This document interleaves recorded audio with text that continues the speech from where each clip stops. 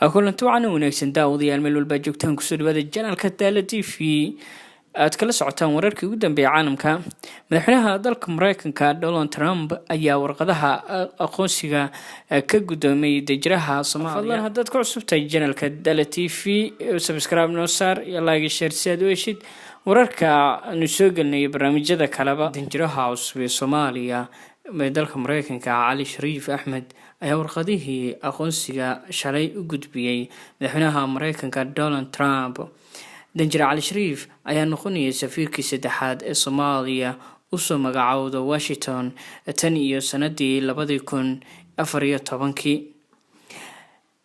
Cali Shariif ayaa horey u soo noqday safiirka Soomaaliya u fadhin jiray dalalka Itoobiya iyo Faransiiska.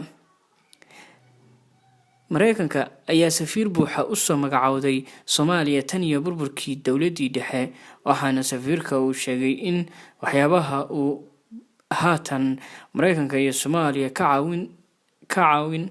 caawinaya ay ka mid tahay sidii Soomaaliya uu uga la shaqeyn lahaa deyn cafinta, taas oo sahli karta in Soomaaliya lacag la deymiyo si ay u hesho lacag dadka lagu horumariyo. Wasiirka arrimaha dibadda Soomaaliya Axmed Ciise Cawad ayaa horey u ahaa safiirka Soomaaliya ee Mareykanka ka hor inta aan loo magacaabin xilka uu hadda hayo ee ah wasiirka arrimaha dibadda.